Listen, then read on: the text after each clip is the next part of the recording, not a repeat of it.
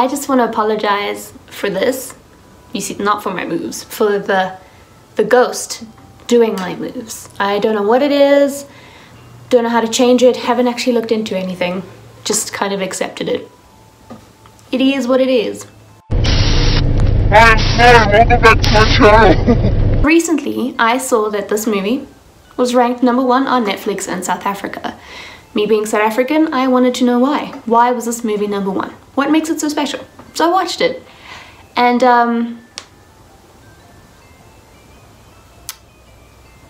is everything okay at home, South Africa? Because wow. Now for those of you who have chosen the righteous path by saving your eyes, the dissatisfaction that is, let me break it down for you. So this guy is a mafia boss who almost died. While he was almost dying, he saw this girl laughing at him as he was dying, but it was all a hallucination. So it turns out she is in a horrible relationship with her significant other, but they still go on vacation. He pisses her off on vacation. She storms off. She goes wandering the streets in this foreign place, all alone, in the dark, all alone, and she gets kidnapped. Before she gets kidnapped, we get blessed with this scene.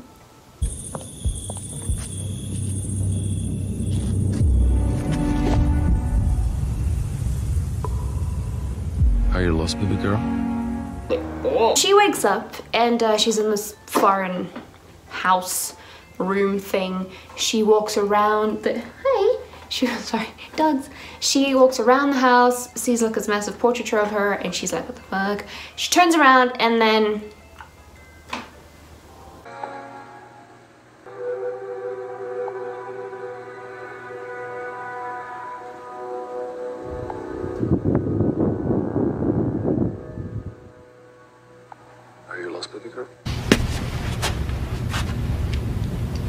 No, God! No, God, please, no! Turns out, her looking at him, like the hallucination that he had of her laughing at him while he was dying, saved his life. Who needs a medic when you have a woman laughing at you? Anyway, so long story short, he drugged her, kidnapped her, and then he graciously, while manhandling her, gives her 365 days, the option of falling in love with him, okay? If you haven't fallen in love with me, in 365 days, I will let you go, he says casually, as if it is okay. Because that's fucking romantic. So as the story progresses, he manhandles her, he almost rapes her, he forces her to watch another woman go down on him, and then he takes her shopping. All key ingredients for a loving relationship. Am I right, girls? So a lot of other shit happens in the movie, and they end up having this huge fight on a yacht in the ocean, as one does. She somehow falls over the side of the boat and into the water. He jumps in, saves her life. She wakes up, and apparently all is forgiven. All. They then proceed to have a lot of sex in probably what is the longest sex scene I have ever seen in my life. He then leaves and comes back, and then fight, and then more sex, and yeah, some other shit happens. But now that you have like the gist of it, let's discuss. So personally, I feel like so many of these movies are trying to sell this idea that creepy and toxic behavior equals romance. Now, a short response from my side would be, that's fucked up. But we're not here for the short response now, are we? My long response is... Stop it. Get some help. Why are we glorifying and romanticizing this toxic behavior? So I know this particular movie is not necessarily made for a younger audience, judging by the very lengthy and very visual sex scene. But have you guys seen these? But The amount of fan edits that I've found on Facebook of this couple in this movie is fucking terrifying. With comments like, where can I find me a man like this? Or goals. Who are you? Are you... What?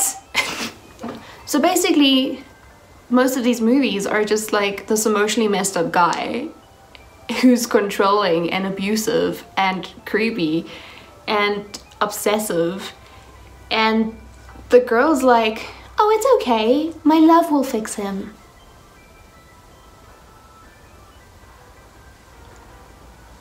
No, baby.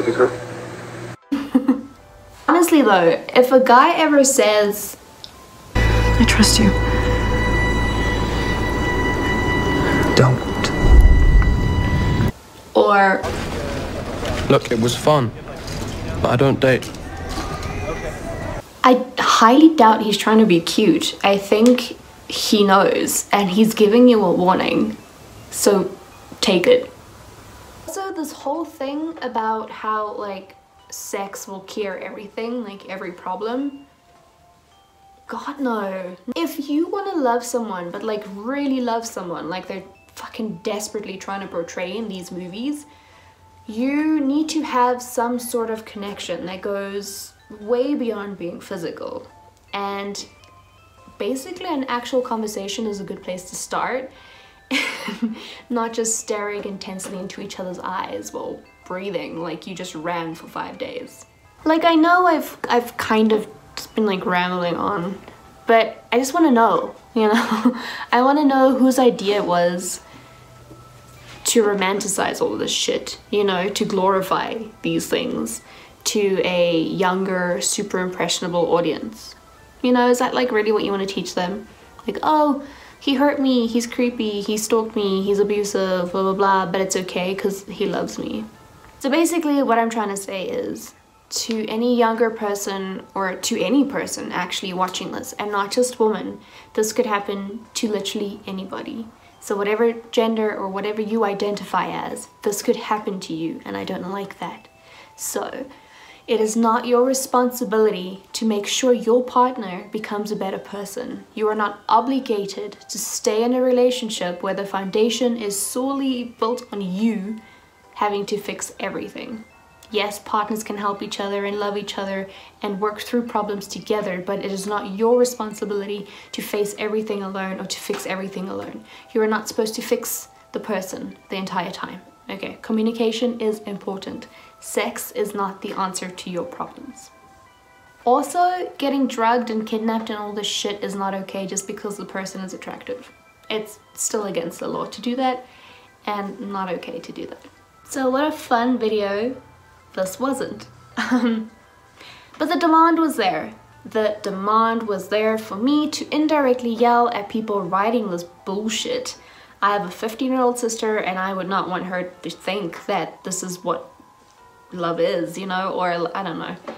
I said what I needed to say. So that's it. That's the video. Thank you so much for watching. I appreciate it very much. I don't know how to end this. Yeah, stay safe and stay safe.